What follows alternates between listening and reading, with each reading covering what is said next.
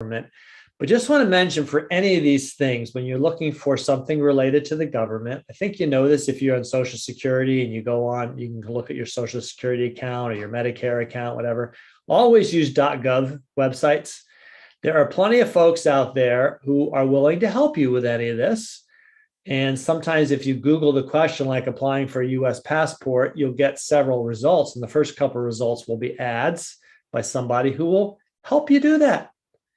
But they're not the government. They're just somebody helping you for a fee. It's not necessarily wrong to use them, but you don't need it and you don't need to spend the extra money. So when you're, for example, when you're applying for the US government passport, you go to the US Department of State passport info page, and we'll go there in just a second. Just a couple of things, and we'll check and see if there's anything up to date that changes this, but they're saying it takes 8 to 11 weeks for regular applications. Oops, went a little too far. It's shorter, but not by much. If you use the expedited service, 5 to 7 weeks. Passport photos are available at UPS, Walgreens, CVS, some US post offices, AAA offices, if you're a member.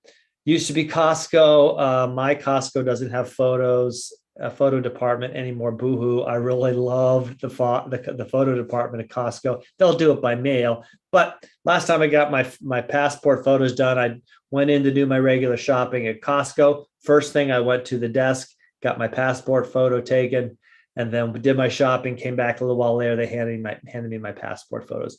I recommend you use one of these services for this reason. There are certain parameters that your passport photo has to fit, and they will make sure they fit the parameters. You could take it yourself, but what if you get one of those little parameters off? You send the photo in, they reject it, not worth it. So it's not that expensive. Considering also the price of the passport, I think it's worth it. Let's go to the info page right now. And here it is. Actually, quite a user-friendly and helpful page. When you come up here, you have your first choices. I need a passport. Okay. This is for people who've never gotten one, or maybe theirs is expired. I have a passport. Okay. So what's nice is it kind of takes you through this decision tree. I want to form the cost of my passport. Rush my passport. I need it in less than 11 weeks. I need it even faster in less than 7 weeks. Restrictions apply. Submitting a good photo. These are all the things that you can spend time looking at. So if you want to know the fee, you can go in here and, well, they're going to have to send you through the process of filling that out. I'm not going to do that. Should say in here, if we go to renew my passport, this is where you are. What's nice, so you arrive at that point. Now it's got more questions. If you have your passport in your possession to submit with your application, okay. You can renew by mail if you answered yes, all 5 of these. Okay. I think all of you, if you have one already, probably have got one that was issued after age 16. But, when you get one under the age of 16, I think they only are good for 5 years. Otherwise, your passport is good for 10 years. It's just going to take you through all these processes. You fill out DS-82. You can do that online, print it, and mail it in.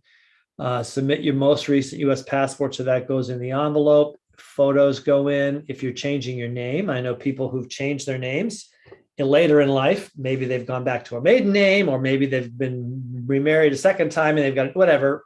They want to change their name. You got to include that in there. You can calculate your fees here. Same thing. The book passport's $130. If you want to get the card as well, it's $30. Guess what? Both together are $160. 30 plus 130 is 160. No discount buying them as a set. What is the passport card good for? It has a limited number of uses.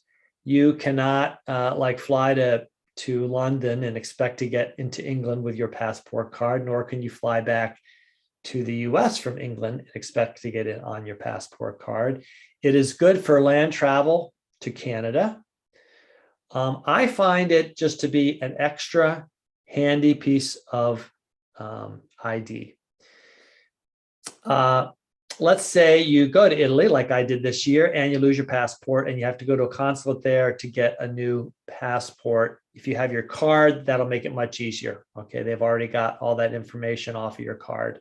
Again, it's an extra form of ID. There's also, as we were talking about with Susan, the global entry card. I take all those along with me, along with my US driver's license. I've now got lots of ID. I keep them all on me. I don't want to lose them.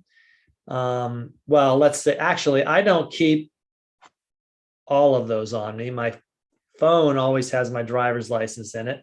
My passport's usually in my pocket, depending. But if I'm staying somewhere for a week and going out during the day, I don't need to bring all that ID with me. There's no point in that.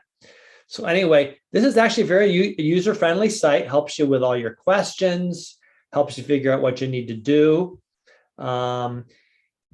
Couple questions people ask: what if my passport is expired? There's a certain number of years that it can be expired, and that's still, you can just get it renewed by sending in your expired passport. After a certain number of years, you kind of have to go through the process all over again. Let's go back here. There should be a, let's see. So I was thinking there was a FAQ page, which I thought there was in the past.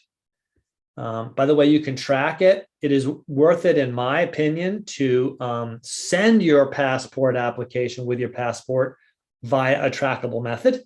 You don't want to have that thing get lost. You want to know where it went. That is your passport. And remember, you only get one at a time. So if you lose it, you have to get a brand new one, start that process all again. Marilyn, question. Yes, it just, sorry, it left my mind for a minute. On renewal, mine expires in February of 23. I'm planning or hoping to travel in October of 22. I think that's a difference of like 5 months. My understanding is that I should go ahead and renew my passport early, that it must be solidly in renewal for 6 months. Is that your interpretation? Okay, so you're going to travel in October, so that's 4 months away, 3 months away. Yeah. About 3 months away. So here's the deal. You can travel abroad. Let's take Europe as an example. Europe has a Schengen agreement, which is a passport free travel between countries. You can go to a Schengen country for 90 days. If you arrive in a Schengen country and have to show your passport, which is typically just going to be on your arrival